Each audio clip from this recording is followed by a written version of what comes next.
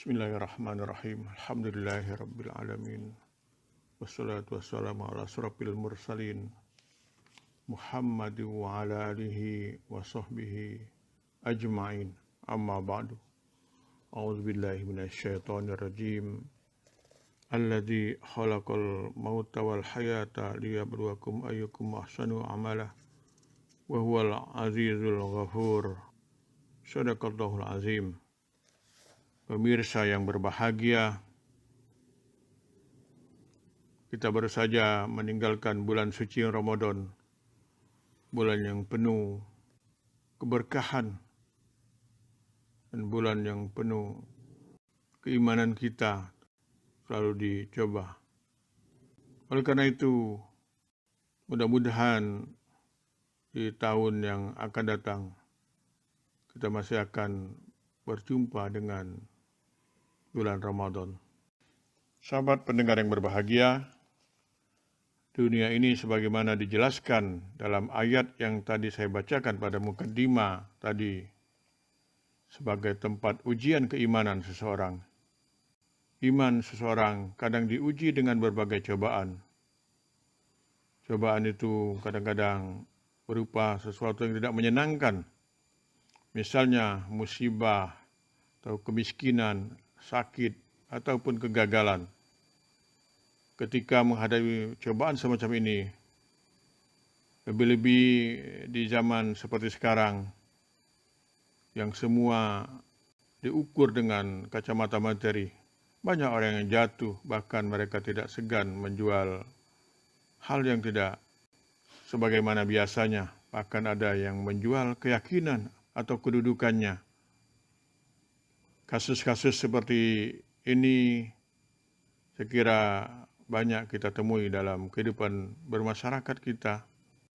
Bahkan dari teman sebelah, ada gerakan banyak orang yang pindah keyakinan karena ada yang diiming-imingi dengan sembako atau apa.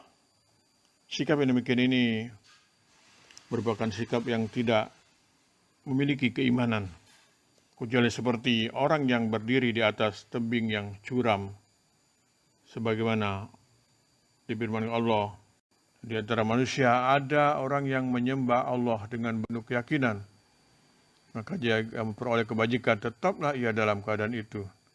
Dan jika ia ditimpa oleh suatu bencana, berbaliklah ia ke belakang, rugilah ia di dunia dan di akhirat. Yang demikian itu adalah kerugian yang nyata. Al-Hajj ayat 11. Perlu kita pahami bersama bahwa dunia ini dengan segala kenikmatan dan kepiluannya adalah merupakan penjara bagi orang mukmin. Ini sebagaimana sabda Rasulullah, dunia itu adalah penjara bagi orang mukmin dan surga bagi orang kafir. Artinya kehidupan seorang mukmin di dunia ini bagaikan dalam sebuah penjara. Ia harus mengikuti segala aturan yang ada dalam penjara tersebut. Ia harus menyiapkan bekal yang cukup sebelum keluar dari penjara agar mendapatkan kebebasan. Tidak ada kebebasan dan kesenangan yang mutlak kecuali setelah seseorang masuk ke surga nanti. Seorang mukmin di dunia ini dibebani berbagai kewajiban syariat dan dikekang dari berbagai keinginan syahwatnya. Ketika ia meninggal, ia akan terbebas dari segala beban yang ada di dunia ini menuju balasan Allah. Sedang bagi orang lain atau dengan keyakinan lain, dunia ini adalah surga. Apapun yang mereka inginkan, tidak ada yang mengekangnya. Mereka benar-benar bebas dalam menikmati kehidupan ini. Namun berbagai kesenangan dan kebebasan yang mereka rasakan di dunia ini tidak ada artinya dengan siksaan Allah yang sangat pedih di akhirat kelak. Sahabat pendengar yang berbahagia, salah satu tujuan Allah menciptakan kehidupan dan kematian adalah untuk menguji dan memberikan penilaian atas amal seseorang. Balasan di akhirat kelak disesuaikan dengan standar keikhlasan dan ketepatan amal tersebut dengan syariat ajaran Islam. Oleh karena itu, pada tadi disebut dengan yang lebih baik amalnya, bukan dikatakan yang lebih banyak amalnya. Karena yang menjadi standar diterimanya suatu amalan ibadah adalah bukan banyak sedikitnya, tetapi keikhlasan dan kesesuaiannya dengan tuntunan syariat. Sedang tujuan utama dari suatu cobaan adalah untuk menampakkan kesempurnaan atau kebaikan orang-orang yang berbuat baik. Sahabat pendengar yang berbahagia, dengan menyadari tujuan kehidupan seperti ini, seorang mukmin harus mampu memahami bahwa kehidupan di dunia ini tidak ubahnya seorang perantau yang akan kembali ke kampung halamannya. Seorang perantau yang baik tentu tahu bahwa ia harus menyiapkan bekal yang cukup agar perjalanan pulangnya nanti menyenangkan dan di kampung halaman kembali dengan gembira. Apalagi yang jelas, perjalanan pulang menuju kampung ini sangat jauh, melewati samudera yang dalam dan gelombang yang penuh mara bahaya.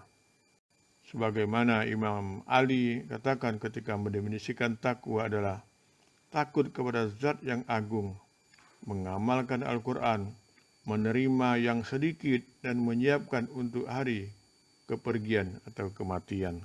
Sahabat pemirsa yang berbahagia, ini saja yang dapat saya sampaikan pada kesempatan ini.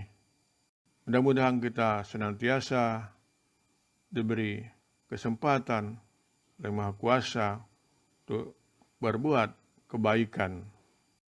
Nasruminallah wa batun qarib.